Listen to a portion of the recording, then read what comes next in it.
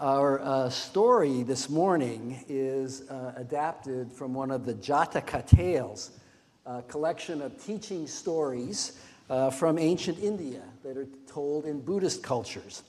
And this story is about the monkeys and the king. And it was so widely told, you can find it actually carved on temple walls in different parts of especially northern India. Long ago, in a thick forest near the Himalaya mountains, there was a tribe of monkeys. Their leader was a wise, kind, and brave monkey, loved and respected by all the others. The lead monkey always took care of the tribe. And the monkeys lived very happily in a tree that was a big tree full of fruit by a river. The river was wide and dangerous with strong currents. The monkeys, being good climbers and jumpers, stayed safe by keeping away from the water. One day, a human king who owned that forest brought a group of men with him into the forest to hunt. After a while, though, they got tired and thirsty and hungry, so they stopped by the river to rest and get a drink. But they had no food. The king saw the beautiful big tree with all of its fruit that they could see from down below, and he wanted everybody to have some. But the tree was too tall, and its branches hung over the river. The king, eager to feed his men, told them to start cutting down the tree so that they could get to the fruit.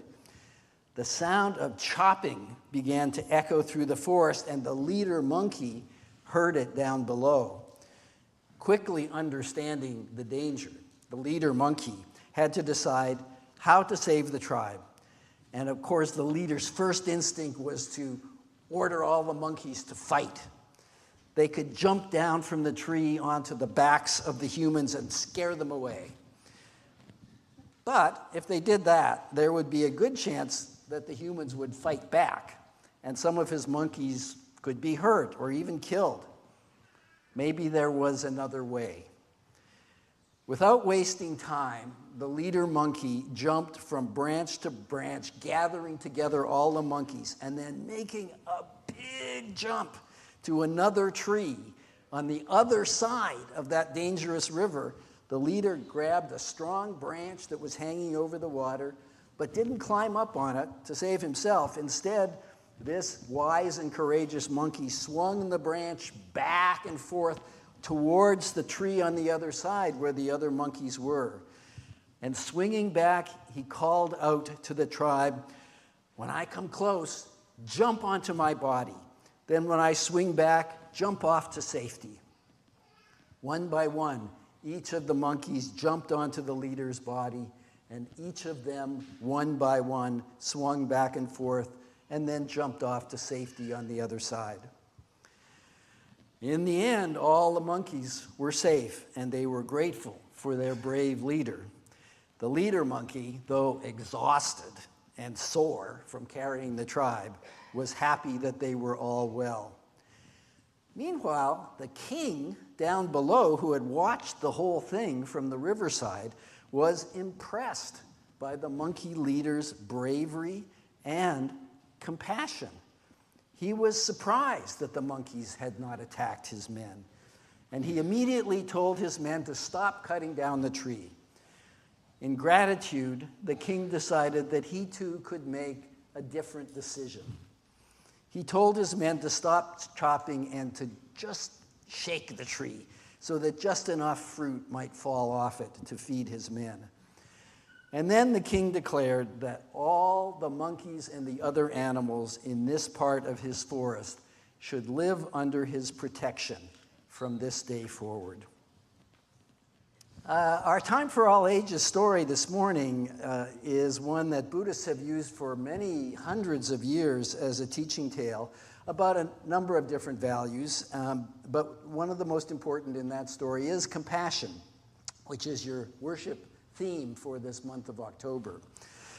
As our chalice lighting reading from the theologian Karen Armstrong reminded us already, each of the world's religions has its own special insight into the nature and the requirements of compassion. Now, I'm a lifelong fourth-generation Unitarian Universalist, but I have also been a Buddhist student and practitioner for about 40 years. And so I know that compassion is a cornerstone teaching and practice for all of the Buddhist schools. I found several inspirations in this Buddhist children's story for expanding our own capacity for compassion in our everyday lives. I'm sure you saw that the real punchline of the story is that compassion flourishes in reciprocity that arises spontaneously, not as a calculated transaction. Being compassionate, therefore, involves some risk and even some sacrifice. The monkey's leader in the story had two choices. One was to defend their territory by jumping down on the backs of the king's men and scaring them off. And the other one was to place the safety of all of his monkeys first and risk losing their special tree in the forest and all the security that it gave to them. For those of you who have been here this morning with children who heard this story, I was thinking about how you might talk about it with them without using all of the lofty words that I just used here. And because my own experience these days with children centers around my 5-year-old twin grandchildren, I thought about what words I would use with them. And here is the teaching phrase that I came up with that I thought might work. You be first. You be first instead of, that's mine, or even take turns. We've been just through a couple of years of that's mine behavior with these kids around toys and food and playground activities. Take turns was the first obvious strategy that the kids' parents tried, and often that worked very well at keeping the peace. But it was an amazing moment. I remember it. And it was a sign, I think, of growing maturity when one of the twins for the first time came up spontaneously with, you be first, giving her sister a chance to try out a new game that they had just both been given. Making that first move opens up the heart, your own heart and the hearts of others, to act compassionately. And that's what happened to the king in our story. His heart was open to the monkeys when they acted first. And it's easy to imagine what would have happened if the monkey leader had made the other choice. All of the monkeys would have jumped down from the tree onto the backs of the king's men, and who knows what might have happened then. Maybe the humans would have all run away, or maybe they would have fought back and defeated the monkeys. Or maybe, as is so often the case in these conflicts, it would have been a standoff and a long fight that left many casualties and destroyed the tree anyway. As I was thinking about the choice that the monkeys didn't make to attack the king's men, I couldn't help but remember a common phrase that has come down to us from 19th and 20th century literature. The phrase, a monkey on my back, meaning a persistent emotional problem or an addiction that you can't shake off. In the United States, the phrase appears prominently in the 1940s detective novels and crime series, and it often was referring to addiction to heroin. We all know, however, that addictive behaviors don't have to involve drugs. Much of Buddhist wisdom about how to live with compassion in this world is addressed to addictive behavior we can all recognize. Addiction to beliefs about ourselves and our world that were usually taught to us in childhood, or addiction to repetitive, self-defeating habits. What I've learned from my own Buddhist studies is that I actually don't have just one monkey on my back. I have three. And the monkeys on my back are called greed, hatred, and ignorance. In most Buddhist traditions, these are called the three poisons. Now, nobody likes to think of themselves as greedy or obsessed with anger to the point of hatred, or ignorant, as in stupid.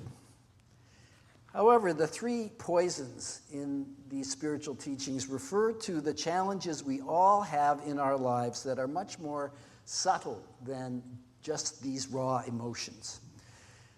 The three poisons are described as thoughts and feelings that rise in our minds and hearts endlessly and subtly and influence the ways that we relate to the world. Ignorance really refers to misunderstandings about the way the world works. Hatred refers to our tendency to divide the world in two all the time according to our likes and our dislikes, our attractions and our aversions. Greed refers to our built-in self-centeredness that evolved early in childhood and that we think of as absolutely normal. Ignorance, anger, greed, they're all three of them monkeys on our backs. And these days, every time I turn on the news, it seems like they are being actively fed and celebrated by people in power. So how do we respond personally? How do we find inspiration to shake these monkeys off our backs and try to live instead with compassion? I want to be careful here and take a moment before I go any further to make sure we have a common understanding about what compassion really is and how it's different from the many feelings that are often associated with compassion or even confused with it. Compassion is not the same as pity. That's kind of compassion's evil twin because it involves feeling sorry for someone because you're glad you're not them. Neither is compassion the same as the familiar romantic or parental love that so many of us enjoy, which involves satisfying commitments of duty and which are mutual and enhance our own self-interest. Empathy is certainly a part of compassion, but empathy is more like a way station on the way. That's because compassion arises not only from committed and family relationships or friendships, but from the human experience that we all share and that we in fact share with all other sentient beings, the experience of our lives being impermanent and the experience that there is a great deal in our lives that we cannot and will never control. In Buddhist teaching, that common experience is described often as our suffering. So the definition of compassion that I like best is this one: deep awareness of the suffering of another combined with the desire to relieve it. So that's why empathy isn't quite matching up with compassion, because empathy doesn't necessarily require action to relieve the suffering as part of your response. Now, if you were to look for the word compassion in the new Unitarian Universalist values flower, which I'm sure you've seen here and become a little bit familiar with, you won't find it. But what you do find in that depiction of our values that we share are values that represent the antidotes to greed, hatred, and ignorance. The antidote to greed in the values flower is generosity, the willingness to extend beyond your own needs and security from a place of compassion to help others. The antidote to hatred is, of course, the love that is at the center of the values flower, the love that sees no difference between you and me, no difference between you and me and those facing starvation in Gaza, or those that were killed on October 7th, or those who are dying on either side of the front in Ukraine. The antidote to ignorance in the values flower is interdependence. The recognition that the truth about our lives is not that we are all in this world alone, separate from everyone and everything else, engaged in a struggle for survival that is a zero-sum game. What if that way of looking at the world, the ignorant belief that loyalty and care and compassion must only be directed at ourselves or our immediate family members or perhaps our tribe or ethnic group or even our own country, what if that way of thinking was considered a regrettable mental and emotional illness that distorts our way of understanding what human life is supposed to be about and how it's supposed to be lived? What if we were able to live in a world in which interdependence was universally understood to be the ground of all our being? Does that sound hopelessly romantic? I suppose I felt that way when I started my Buddhist practice many years ago, and I first encountered what is described as the great vows, which begin with the vow to save all sentient beings. How can anyone imagine that to be possible? Well, the answer to that question is that the only way to save all sentient beings from greed, from hatred, and from ignorance is one being at a time, one action at a time, because that is all any of us are ever able to do. Some years ago, the theologian and scholar Karen Armstrong began a nonprofit that she called the Compassion Project. And she published a book in which she tried to describe the everyday, one day at a time, one person at a time, one action at a time practices of cultivating compassion. Most of them actually match up nicely with the specific list of everyday practices that is known in Buddhism as the Eightfold Path, that is part of the Buddhist Fourth Noble Truth. Armstrong's starting point in cultivating compassion is to begin with compassion for yourself in all of your imperfections and impermanence. When we can be centered in compassion for ourselves, we are better able to take the next step towards compassion for others, which begins with empathy. The actions that move us beyond empathy into compassion can be as simple as being fully present to another's pain or predicament. I've long remembered a story I first heard years ago. I think it was Leo Buscaglia who told it in one of his books about a 4-year-old boy who became aware that his family's next door neighbor, an elderly gentleman, had recently lost his wife. And upon seeing this older man sitting quietly on his porch, the little boy decided he'd go over into his yard and went onto the porch and climbed onto his lap and just sat there. And when his mother asked him what had happened when he went over there and what he had said to his neighbor, the little boy said, "Nothing. After a while, I just helped him cry." We can cultivate that empathetic presence with other beings in the world through our own meditation practice, which can include a formal practice, but also includes a meditation of self-monitoring of the subtle ways in which greed, hatred, and ignorance keep welling up. And when we notice that's what's happening, naming that and letting it go. And in doing so, I think we fully embrace how little we know and how curiosity and openness are the doorways into the heart of compassion. From that place, we might be able to better discern what might be the next compassionate thing to do. That next compassionate response is not always obvious or automatic. more than one response might be possible. Consciously turning towards compassionate action in your life might not be through any one singular dramatic act, but instead be an evolving process of changing your life over time in the direction of new commitments.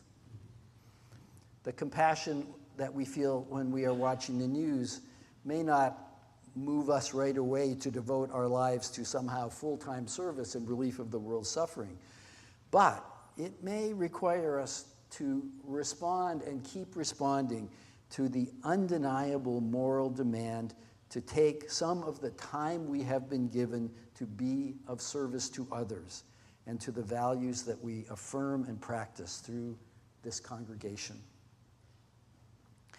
One action I try to undertake in finding opportunities for compassion is to seek ways to immerse myself when I can make a connection in cultures that are different from my own, the one that I come out of. And I think we can take a step out of self-centeredness simply by looking to immerse ourselves in some cultural worlds in which others live. And right speech is another action step for me in cultivating compassion. So often I can find myself speaking with an intensity or a certainty or a self-absorption in my own convictions that I forget to be with and fully present to the people around me. So the actions of everyday compassion can be as simple as taking turns, as you go first. Do you remember back in 2010 that Jon Stewart and Stephen Colbert held a rally, I think it was here in the DC area, that was called the Rally to Restore Sanity? Boy, that seems like a long time ago. Apparently, the rally did not restore sanity. But it did leave me with a great image of the everyday compassion that we need to remember as we navigate these days ahead. To conclude his speech, Jon Stewart referenced a picture that he, I think, threw up on a screen of a long line of cars squeezing themselves from 8 lanes into 2 to go through the Holland Tunnel from Manhattan in New York. All of these cars, he said, that's a school teacher who probably thinks that his taxes are too high. And the next car, that's a woman with 2 small kids who just can't think about anything else right now. And there's another car, that driver's in the NRA and she loves Oprah. And then there's another car, that's an investment banker, gay, also likes Oprah. Another car is a Latino carpenter. Another car, a fundamentalist vacuum salesman. An atheist obstetrician, a Mormon who's a Jay-Z fan. This is us, every one of us in our cars. You can see us filled as individuals with strong beliefs and principles that we hold dear, often principles in direct opposition to their fellow travelers. And yet these millions of cars must somehow find a way to squeeze one by one into a mile-long, 30-foot wide tunnel carved underneath a single mighty river. And they do it, concession by concession. You go, then I'll go. You go, then I'll go. And sure, at some point, there will be a selfish jerk who zips up the shoulder and cuts in at the last minute. But that individual is usually rare and he is scorned. Because we know instinctively as a people that if we are to get through the darkness and back into the light, we have to work together. And the truth is, there will always be darkness. And sometimes the light at the end of that tunnel isn't the promised land. Sometimes it's just New Jersey. But we do it anyway, together. May it be so.